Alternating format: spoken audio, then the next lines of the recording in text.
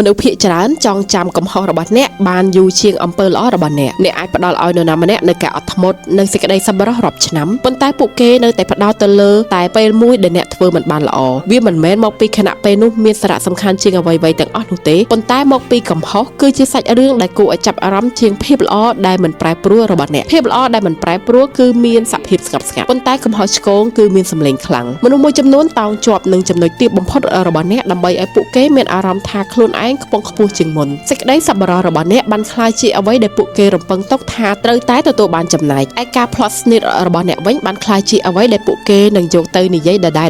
ប៉ុន្តែនេះគឺជាការពិតគ្មានរឿងទាំងនោះណាមួយដែលអាចកំណត់ថាអ្នកជាមនុស្សបែបណានោះឡើយអ្វីដែលកំណត់អត្តសញ្ញាណរបស់អ្នកគឺជារូបអ្នកដែលផ្ដល់ភាពល្អជាប្រចាំមិនមែនជារូបអ្នកនៅក្នុងថ្ងៃដែលអាក្រក់បំផុតនោះទេបុគ្គលិកលក្ខណៈរបស់អ្នកមិនមែនវាស់ងាយដោយការបរាជ័យតែមួយលើកនោះទេប៉ុន្តែវាស់វែងដោយសារអំពើល្អដែលអ្នកតែងតែត្រឡប់ទៅធ្វើម្ដងហើយម្ដងទៀតដូច្នេះកុំរស់នៅដោយព្យាយាមគ្រប់គ្រងលើការចងចាំរបស់អ្នកដទៃចំពោះរូបអ្នកឡើយចូលរស់នៅក្នុងរបៀបមួយដែលស្មោះត្រង់នឹងខ្លួនឯងព្រោះថាមនុស្សអាចនឹងនិយាយពីកំហុសរបស់អ្នកប៉ុន្តែភាពល្អដែលមិនប្រែប្រួលរបស់អ្នកទើបជាអ្វីដែលស្ថិតស្ថេរពិតប្រាកដ